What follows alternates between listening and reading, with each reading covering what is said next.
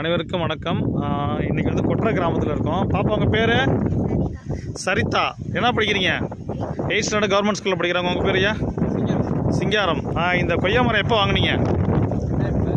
2018. கிட்டத்தட்ட ஒரு 4-5 வருஷம் ஆயிடுச்சு. வாங்கி 6-7 வருஷம் பக்கம் ஆயிடுச்சு. எக்ஸாக்டாக உங்களுக்கு டேட் தெரியாது கண்டிப்பாக.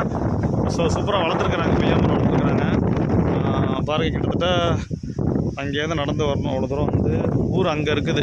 அங்கேருந்து மருதையாறு டேம்னு சொல்லுவாங்க இல்லையா, அந்த டேம் இருக்க இடத்துல தான் இருக்குது இவங்க காடு. அங்கேருந்து வந்து திரும்பி இவ்வளோ தூரம் வந்துட்டு தான் வந்தோம். அதனால் சில எதுக்காக சொல்கிறேன்னா, இந்த மாதிரியான நேரங்களில் வந்து காலையில் வேலைக்கு போகிற டைமில் வந்து இது மாதிரி காடுகளில் வந்து என்னால் பார்த்து அவங்க ப்ரைஸ் கொடுக்க முடியாத சூழ்நிலை தான். ஏன்னா இவர் கேட்டுகிட்டே இருப்பார். எனக்கு அடிக்கடி பார்க்குறப்பெல்லாம் எனக்கு கொய்யாலாம் நிறையா வந்துருச்சு இல்லையா, வருது இல்லையா, நிறைய கொய்யா காய்ச்சுதா, சிவப்பு கொய்யாவா நார்மல் கொய்யாவா?